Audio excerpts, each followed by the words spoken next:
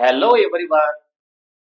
In this video, we are going to learn how to download Tally from present version. Open any search engine. In the search bar, type www.tallysolutions.com and enter.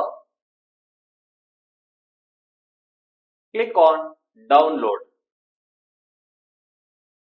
and you can see the present versions and release. And if you want to download, click on download. You will get three options. If you are a new user, you can go for new user. If you are existing customer, you can click on existing customer. If you are a student, you can click on student. I am going to click on student. When I am going to click on that, just wait for a few seconds and you can observe here the software is downloading in progress. Wait for a few seconds. After downloading, you will get one pop-up which means your download completed. Wait for a few seconds.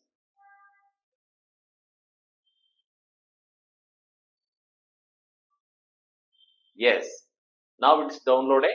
You can open here directly showing folder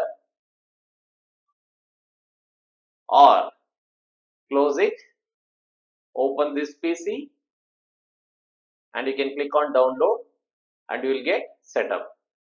You can install from here by right click. About this we are going to learn in the next video.